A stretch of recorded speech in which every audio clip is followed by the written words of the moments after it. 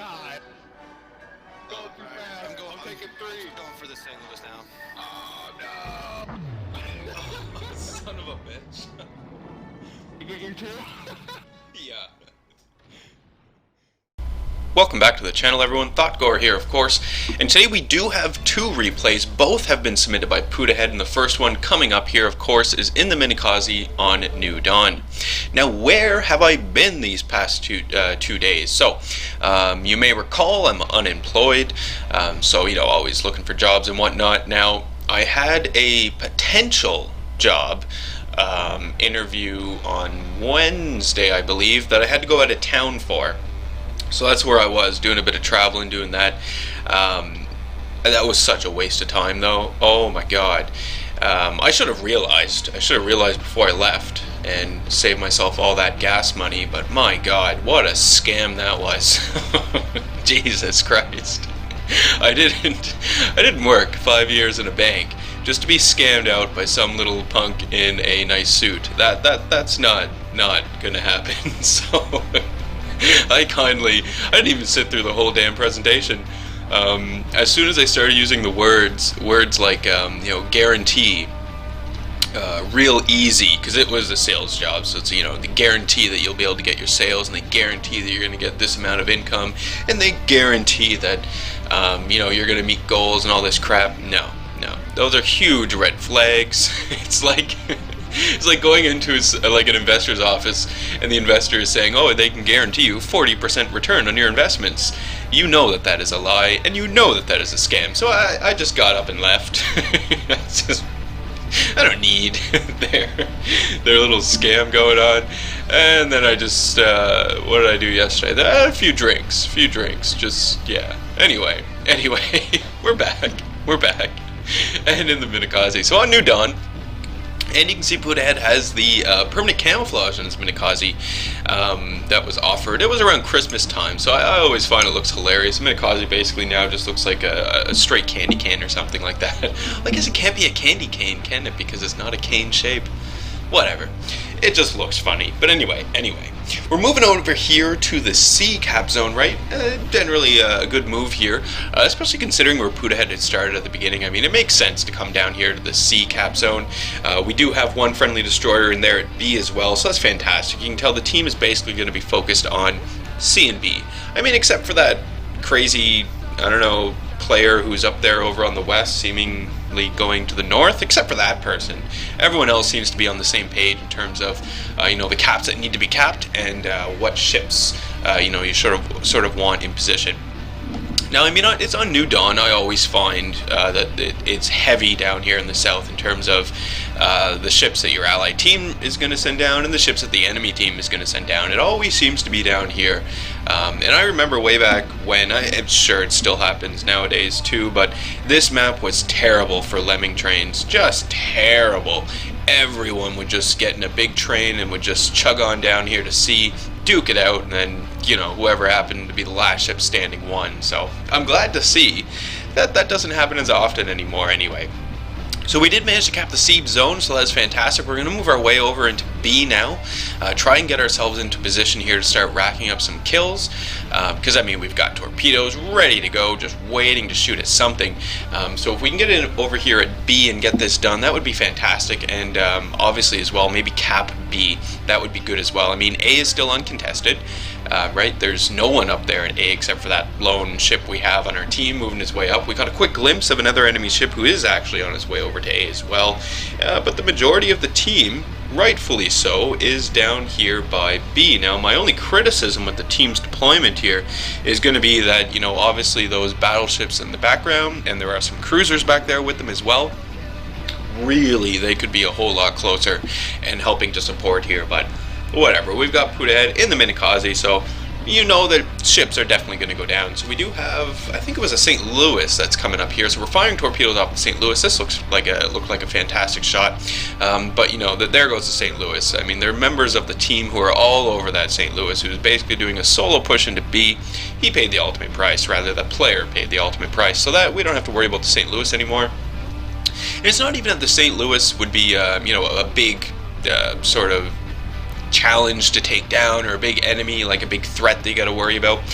But in a destroyer, it definitely is, because the St. Louis has, pretty great rate of fire. She's got lots of guns on her, so she can do a whole lot of damage to a destroyer really, really quickly, and you really want to get it down as quick as possible when you're facing off against the St. Louis in your destroyer. So we did have some airplanes fly overhead. Puddahead turned off his anti-aircraft guns. I mean, he was behind the island, so there's nothing wrong with that, right? Shooting them off, rattling off a bit, just making sure, too, that they don't stick around. And then, instantly turning off the AA armament on the ship here once he came out from behind the island and the threat of planes is gone. So now we're going to start making our move into B. Kind of circling around here. I mean, we did kind of circle around outside of B for a while, and I mean, that was a pretty good call the way it played out, just because there are some enemy ships. We can see them here off in the distance, and plus there was a St. Louis. I mean, now that the St. Louis is gone, we can get ourselves right in here and start capping this B zone and take it from the enemy, right? You can see in the south that the enemy is now capping C, so they managed to sneak a destroyer down there who is now capping the zone. We do have a battleship in the C cap zone, so it's not, the zone isn't being lost, but it is contested, so it's not gaining any points for us. Now we have a nice little grouping of enemy ships here ahead of us, so this is an ideal chance here to start getting some torpedoes off at some of these slow moving enemy battleships here who maybe aren't paying attention, maybe don't know that Puddahead is around, and who maybe will continue in a straight line.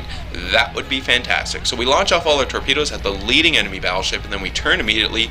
We are spotted, but we haven't been taking any incoming fire, and quickly we should become unspotted. There we go. No longer spotted, so don't have to worry about enemy ships spotting us anymore. Now that those torpedoes are on the way for that enemy battleship, we still do have more battleships who are, prime targets here to start shooting torpedoes at, and maybe doing a little sneaky ambush here on them as well. So that's fantastic, and Puddahead's taking advantage of this situation and setting himself up for a nice, attempting, for some nice ambush shots here. Now the torpedoes we launched off at the first battleship are gone. I mean, they ran out of range here. The battleship must have seen them coming, right, and was able to avoid those torpedoes. So we didn't get any hits there, but that doesn't matter. We still have some really nice juicy targets here in front of us, so we're going to continue to just launch more torpedoes at them. So we're launching torpedoes at the St. Louis. Excuse me. So as long as two of those hit, we should be able to take out the St. Louis with one shot. Holding a torpedo in reserve here, because I mean, there are other targets. What I would have been doing is I would have instantly launched my third salvo of torpedoes at the Texas, I believe, because the Texas is within the 7-kilometer range, and hopefully the Texas would come from around the island and just plow right into the torpedoes. That would be ideal. On the positive side, though, the St. Louis does seem to be continuing in a straight line, so those torpedoes that we launched off the St. Louis are looking good right now. Hopefully those are going to make a connection and take out that St. Louis. There we go. 2 torpedo hits, 20,000 damage done. Devastating strike, and the St. Louis is gone. We don't have to worry about St. Louis anymore. Fantastic. Now we're going to start moving ourselves around, trying to get off more torpedoes. Now I really would have turned back and shot my torpedoes on the other side of the island at the Texas, because that's the way the Texas is moving at this point in time. She's moving towards the south, so it would just be a whole lot easier to get in front of the target and fire your torpedoes from the front. That way, you can almost guarantee that you're going to get a nice shot off, or get some nice hits there on the battleship, and a nice little ambush as well. Now that being said, there was nothing wrong with what Puddahead did here, because, I mean, the torpedoes are on the way. The Texas doesn't look to be moving around. The only thing I would say is I know that, you guys have mentioned, Thotgor, use your own advice, fire or cycle your torpedoes and crap like that. Very true, and I do cycle my torpedoes, but only in the higher tiers. And this is only because the rate of, or the reload at the higher tiers on those torpedoes are so long that, yeah, I definitely cycle them through. In my Minekaze with like a little over 30-second reload, no, I'm not cycling them. I mean, if Puddahead would have launched all 3 torpedoes at the Texas, Puddahead would have got the kill there on that Texas. That would have been his take. Now, questionable as to whether or not the torpedoes would have been reloaded in time to take out this guy here, but I am confident that they would have been, considering the fact that Puddahead launched 2 torpedo strikes at that enemy cruiser. So yeah, I definitely would have been firing all of my torpedoes at the Texas, and just, that's how I play. my destroyers in the lower tiers. The rate of fire is so quick. I have no problem waiting 30 seconds or so to get another full salvo, so I'm going to fire all of my torpedoes at targets, generally speaking. Now, we do have more targets off in the distance, so you can see that torpedoes are on the way out, but the torpedoes are not going to hit anything here. We can see the indicator, right? The indicator is indicating that they will crash into the mountain. Not such a big deal. Again, at this tier, your rate of fire is really, really quick. Who's to say that the enemy battleship wouldn't try and shoot the gap between the islands, and if the player did, then those torpedoes will be there to get them, right? I don't know, and that's another thing I do. I mean, if the lead says that it's going to hit into an island, I don't fire my torpedoes off. Again, though, generally speaking, in these lower tier battles, really anything can happen. So the torpedoes hit into the island. Meh, doesn't really matter. I mean, the enemies only have 4 enemy ships remaining. We've got 2 battleships, we've got a cruiser, and we have a destroyer.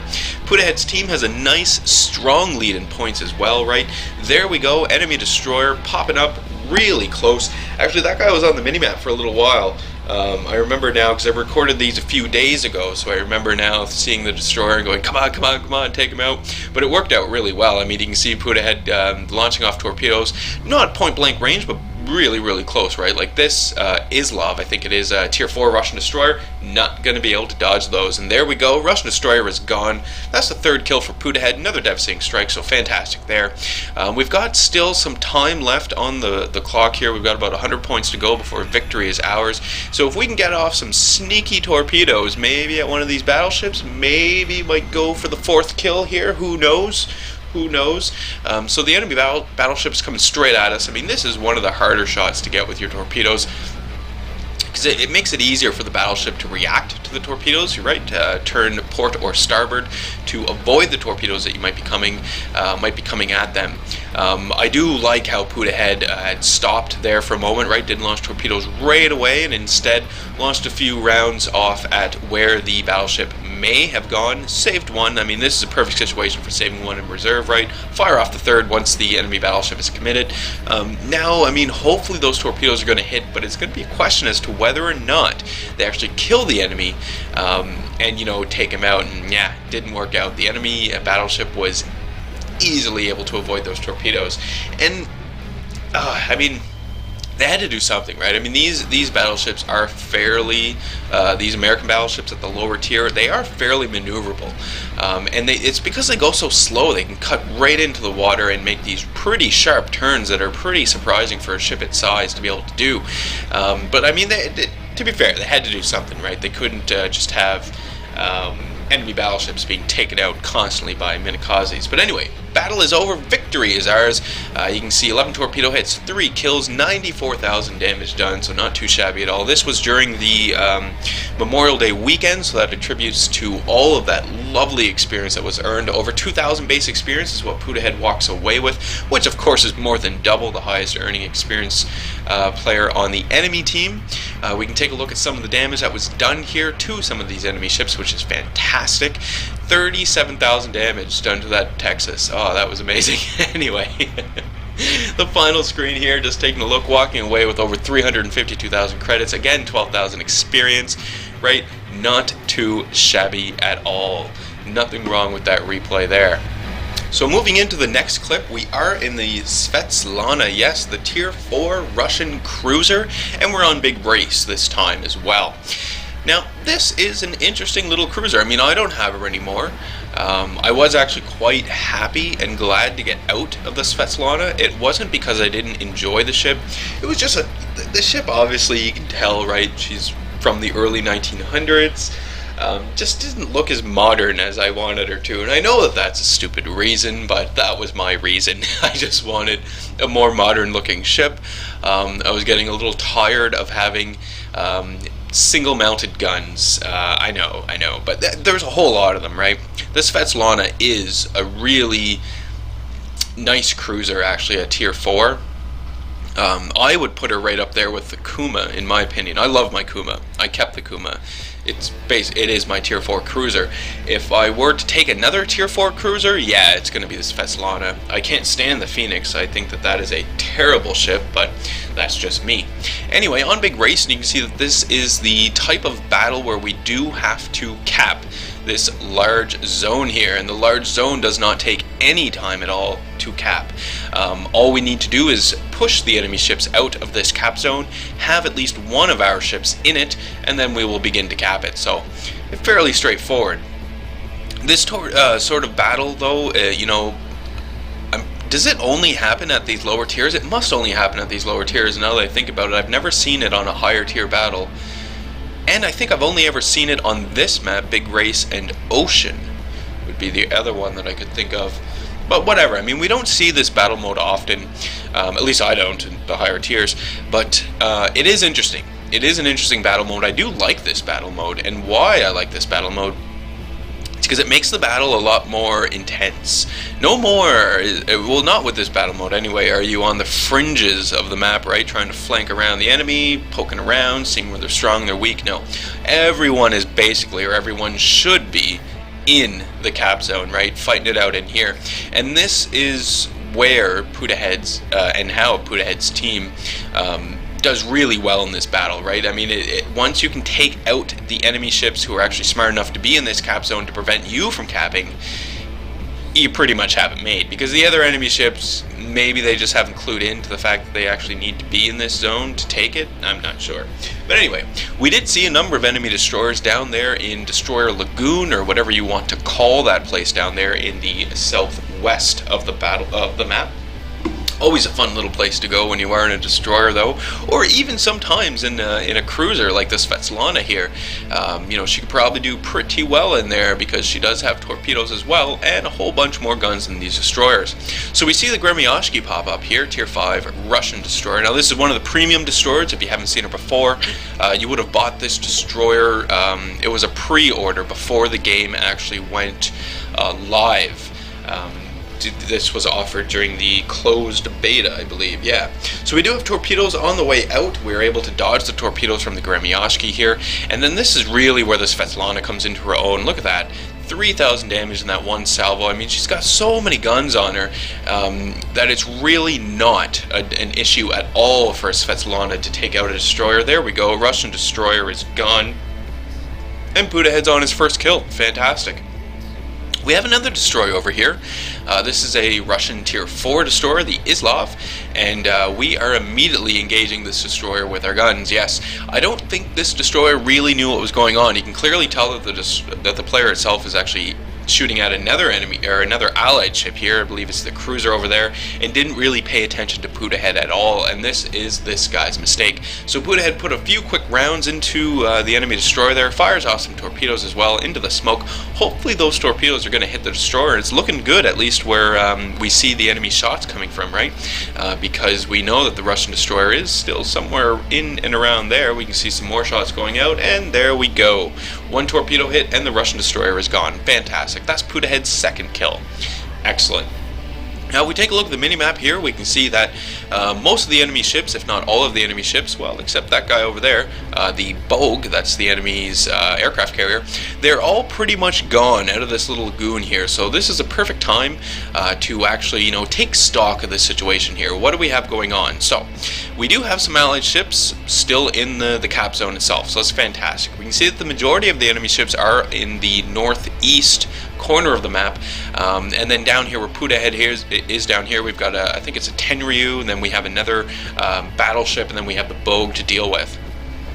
So things are going pretty good, and it's not as hairy as you might expect, and at this point in time, not necessarily that required to get yourself into the cap zone. Now I say that with a grain of salt, because this is the biggest objective here in the battle, but there is something to be said about prolonging the battle a little if you can, and if you're confident in your ability to win, just to gain some more experience and more points. And that's basically what Puddahead and his team is doing right now. It is fairly obvious that they are going to win, even though it looks pretty much even right now. If we just look at how the enemies, the enemies we can see on the minimap, and where we've seen them in the past, how they are positioned versus Puddahead's team, how Puddahead's team is positioned. So the enemies are all up there in the northeastern quadrant, right? For the most part, they're up there. They're not necessarily in that great of a position to get themselves into the cap zone and start capping it. And if they are, I mean, they're not taking advantage of it whatsoever. Whereas Puddahead's team is in the cap zone, and is in an excellent position to remain in the cap zone, because they can be in the cap zone and start firing in and putting a whole lot of pressure on the enemies and push them out. Now down here in the south where Puddahead is, we've just launched torpedoes off at a enemy cruiser, so that's fantastic. Hopefully those will find their mark. Once we take out the enemy cruiser, there's one enemy battleship remaining, and then the enemy aircraft carrier. So there's not a whole lot of opposition down here. Now if we can take out these enemy ships, this is going to go a long way to help us in our overall victory on this map. So let's go ahead and take down these ships. So there we go, the Tenryu is gone, got him with 2 torpedo hits, and up pops the Congo. Yes, so the Congo is really close. But this is something that I really like about the Svietlana, are the torpedoes, and the fact that you get two triple torpedo launchers on either side. And I have done exactly what Puddahead is doing here. I've done this before in the Svietlana and just reveled in the glory, firing 2 torpedoes from my port side and then turning and firing 2 more from the starboard. The battleship captain just never sees it coming. You can see Puddahead is careful to make sure that he's firing the torpedoes where they're going to hit, and not where is indicated by the little lead indicator, because we knew that the Congo was going to ground himself out there on that turn. So fantastic job there by Puddahead. 4 more torpedo hits and the Congo is gone. Excellent. Now, again, taking stock of the situation, what do we have going on? The enemies really don't seem to be that concerned with getting themselves into the cap and duking it out. And the reason why I can say this is because the Allied ships we had up there in the north, they've basically been there the entire battle, duking it out with the enemies. And we haven't, Puddahead's team hasn't really suffered that big of losses up there, whereas the enemy team has been there the entire time and hasn't even managed to like push back Puddahead's allies. So, I mean, yes, we did, just as I'm talking, lose a ship up there, but still, yeah, not really that big of a deal. The team is in the cap zone right now and actually capping it. They just took out the last enemy ship who was preventing the cap. We can see one more enemy ship kind of making their way into the cap zone right now, but it's not going to be a problem. In the meantime, Puddahead has not forgotten about the Bogue and is on his way for the Bogue. And if he can manage to take out the Bogue, this is actually going to be a Kraken. So let's see, if that is possible, if we can get that done. Now the Bogue is, I mean, I've never actually have I played the Bogue at tier 5? Yes, I have, back in closed beta, because this was in closed beta and then it went to the Saipan before they switched that over. Yeah, okay, so I think I've played the Bogue before, but it is a slow aircraft carrier. When you see these ships, like a Bogue and a Langley as well, you do not have to give the aircraft carrier any lead whatsoever. Even you can see here, Puddahead is giving a little bit of a lead, right? Shots go in and they all miss. Yeah, you don't have to give a lead to these ships at all. Basically, just fire, pretty much midships at the enemy aircraft carrier, and your shots will land midships, just like they did here for Puddahead. Puddahead gets himself a nice citadel. Now the clock is running down here, rather the cap is running up, I should say, and it is a race to see if Puddahead is actually going to be able to kill this Bogue before time runs out and before the Allied team takes a victory here. Now Puddahead is doing his damnedest, obviously, to get this Bogue gone, right? Even maneuvering the ship to give a nice broadside here so that he can get all of his guns firing as soon as possible. And it's real close here. The Bogue is almost going down, but the cap, yep, cap, we got it. Oh well, I mean, didn't get the Kraken, but still got a nice victory out of it, right? 11 torpedo hits, 86,000 damage at tier 4, 2 citadels, 4 kills, 5 floods, so not too shabby at all. Walking away with 5,500 experience, 1,200 experience overall, again more than double of the highest experience earning player on the enemy team.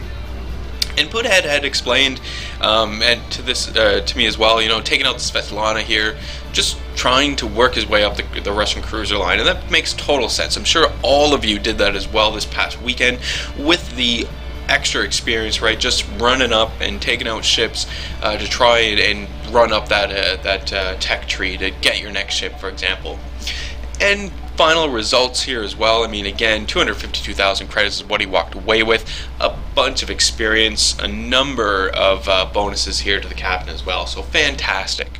So that is today's video. I do hope you guys enjoyed it. Remember to leave any comments you have for me in the video comment section below. Hit the old like button if you did like today's video. Hit subscribe if you are not a subscriber. And as always, I do hope you enjoy the rest of your day.